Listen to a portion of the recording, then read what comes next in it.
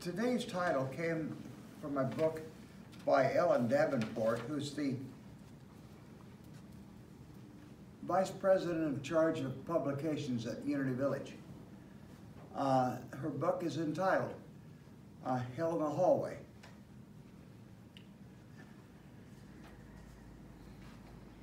Next. When one door closes, another one will open. However, it's that hallway that's in between that can be hell. Let me tell you a story. Marcia's son, John, was diagnosed with colon cancer several years ago. He had a colonoscopy, and they gave him a bag. A few years later, they took the bag off. He lost his trailer in the hurricane recently and became very ill, was taken to the hospital, and they diagnosed nodules on his lungs. And they gave him a few months to live, put him on hospice. Well, Marcia and I, and in the prayer book every Sunday, have been praying for his health and recovery. Well, the doctor came in the other day and told him there's no more sign of cancer, other than what we already knew, the nodules on your lung. Well, that was great news. But then the other shoe dropped. They took him off hospice. Now, he got a settlement from Social Security for back pay on SSI, and being on Medicaid, he had to put that into a burial fund for himself. Well, since he was taken off hospice, he's being asked to leave the facility he's in the next 45 days. So we're back to praying again. But the idea was that there was hell in the hallway for Marcia during all that time. Oh, yeah.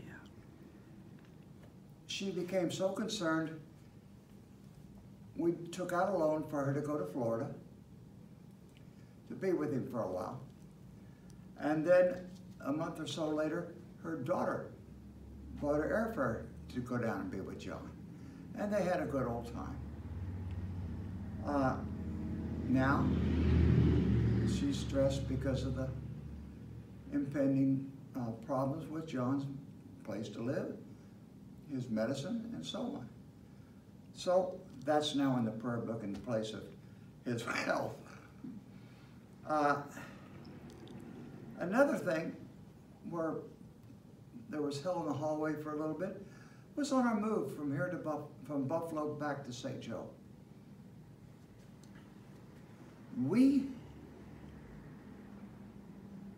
I was party to a lawsuit over a medicine they gave me for 20 years that's only supposed to be given for 90 days. And when we got word of how much we'd be getting in 2 distributions, we asked, when will we get the first distribution? They said, oh, by the end of July. Well, as we got closer to the end of July and no money, call the lawyer. The lawyer said, well, my assistant shouldn't have told you that because we don't know when the money will be there. Well, it's panic time momentarily. Then I went into prosperity prayer and prosperity thinking.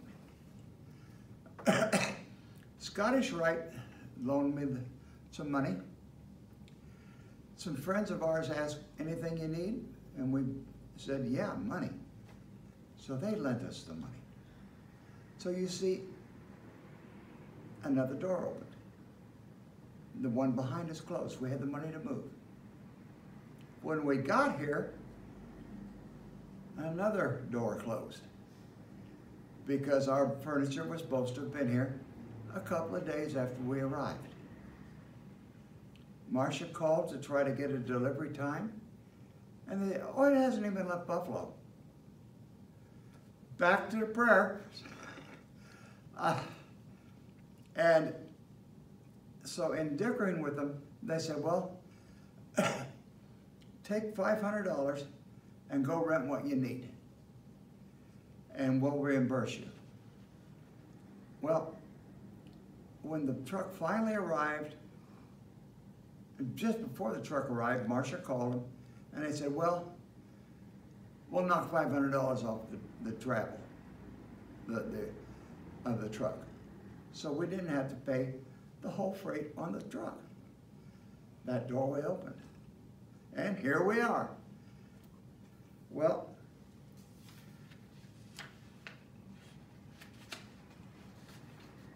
those are just a couple of examples. Next one. So what kind of doors are there? There's those that close slowly, such as an impending retirement, impending empty nest, or loved ones nearing death. Marcia's mother came to live with us when we were living in San Diego. And as her time drew near, she began to talk to spirits that came to visit her. We went to see Peter, Paul, and Mary, whom we never missed when they were within driving distance. So we went to their concert, got home, walked into the kitchen, and there were plates and cups all over the place. I heard, "Mom, what did happen?" She said, "Oh, I had a party for all my friends that have made their transition." Okay. Well, within a few weeks, she was on hospice, and the caregiving fell to me. But that was our slowly closing door, getting ready for her death.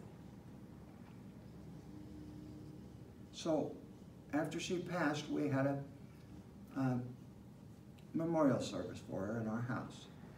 And all of her friends from church, our landlord, our neighbors, all came over. And we remembered her, remembered the good times. So those are slowly closing doors. Then you got doors that slam. The sudden death in the family. That was my mom and dad's death. Took us by surprise. Mom died, we were in Florida. And Marcia called me and told me she got a call from Dad that Mom had died. So we went back to Missouri, went to the funeral, went back to California, or San Diego. Went back to Kissimmee, Lake Placid area.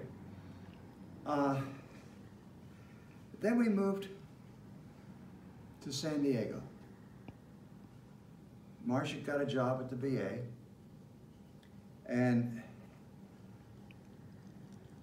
we got word that Dad died. Well, that was was dying, and Phil said, "Get down here right away." That was on the 30th. I didn't get paid until the 1st. So my brother bought us air tickets, and we went down, or flew across to Missouri. He was in Springfield, went to the funeral. He gave us a car. We drove that back to San Diego. But that's an example of that suddenly slamming door. And for a few moments there, we had hell in the hallway. But being good lunatics, we prayed through it and came out on the other side. Or you're served another door that slams, you may be served with divorce papers suddenly. I got that. The woman I was married to before Marcia came home from a social work convention. She was an accredited licensed social worker, and says, I've decided I'm gay. I'm a lesbian. Boy, did the floor fall out. And I was in deep depression for at least 6 months until I got these pestering emails. Are you real? Are you there? From Marcia. But that was unexpected. Now, this last one, I've never had an unexpected job termination. But Marcia had. And we worked through that. I talked her into applying to the state for a job as an addictions counselor. So she went to work as an addictions counselor. And she worked at that for years. She got laid off in San Diego from a job she had just the day before her 6 months. 12 months. Huh? 12 months. 12 months, okay. 12 months. Because she had a master's in addictions. And they would have had to double her pay. So they let her go. Well, she found a couple more jobs and worked at those. She got into the VA, had the boss from hell. And that was another one of those doors that slammed. She wasn't expecting. She didn't get laid off. She didn't get terminated. But she got to be transferred to HR, Human Resources. She loved that job. And of course, then we moved back to St. Joe. So those are kinds of things that happen when those doors close. Now, next one.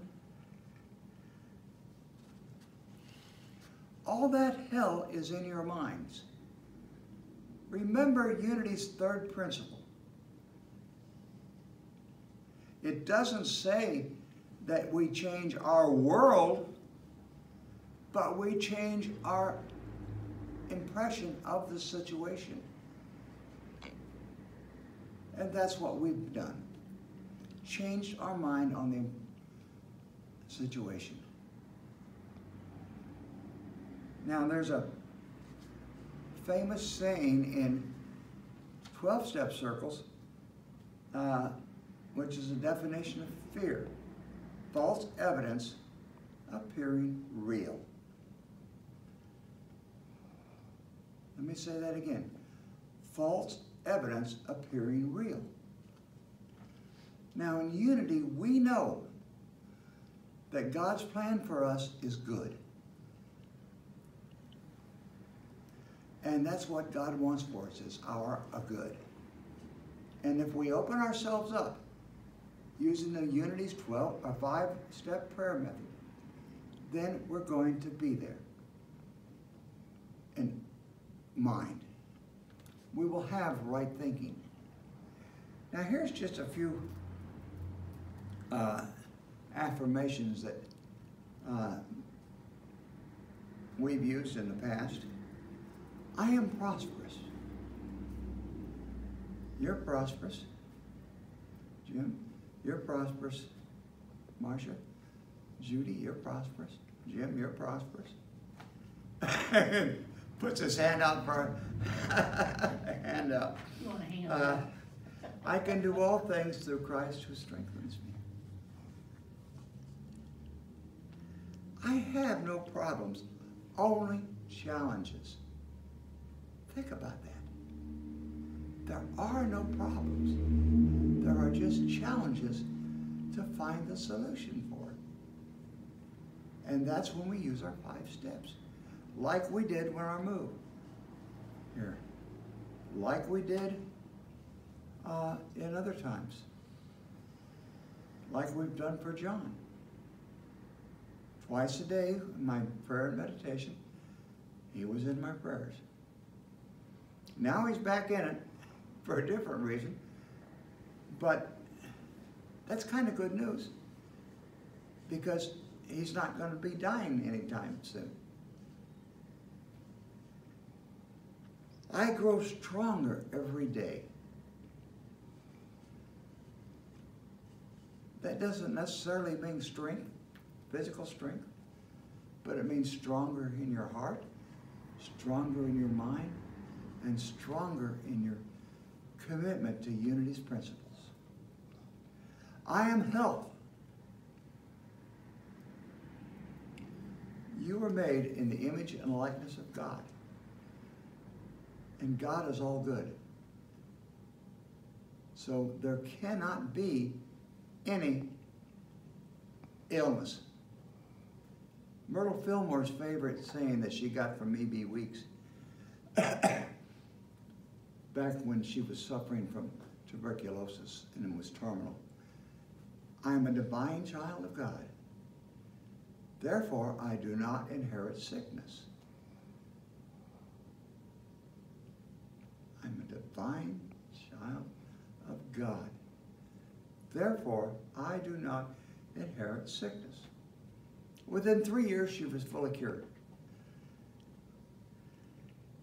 That got Charles interested when he saw Myrtle's progress. So he began to study New Thought. And between him and her, we have now unity. Started out as silent unity. They were praying for people. They held healing services in their home. So, you are health. I am calm and tranquil.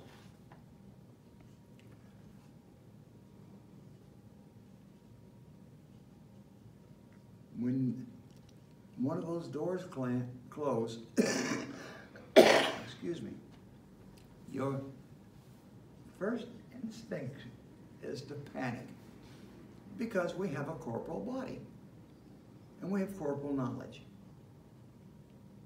And we've been taught, oh my God, the world's going to come to an end if I don't have a job. Or, oh my God, the world's come to an end if this or that. But that's not the truth. Remember truth. All right, Cindy. So time for a meditation. Now, if you get comfortable, rest your feet on the floor.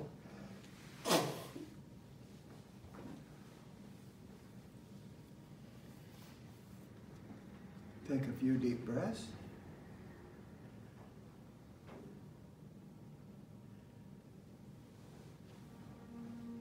And as you take a deep breath and blow it out, let your shoulders sag as you blow it out. Get rid of the tension in your neck.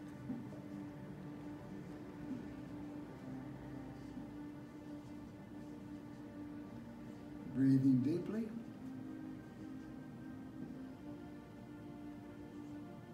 Feel more and more relaxed.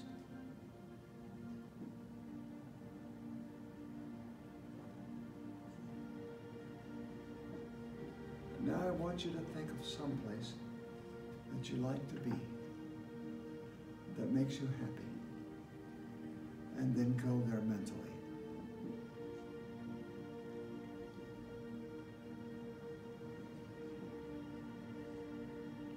Feel what that's like.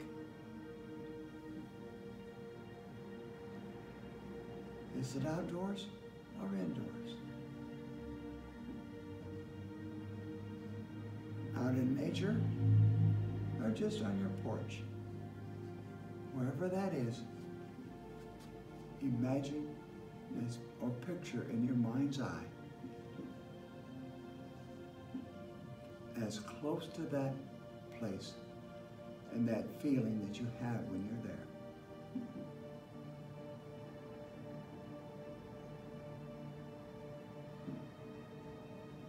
And know that you are healthy.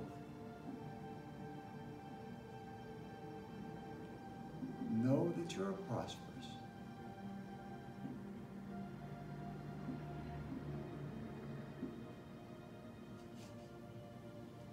Know that all things work in divine order.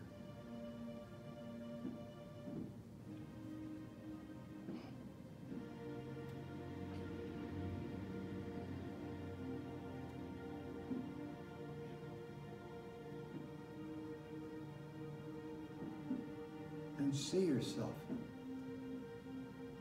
receiving whatever it is you desire. Get a burning picture of that which you desire in your mind and claim it. Because in claiming it, we move it from substance to reality.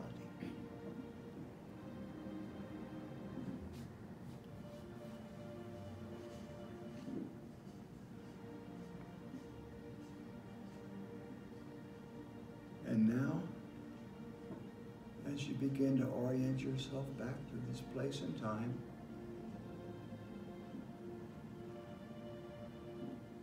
know that all is well.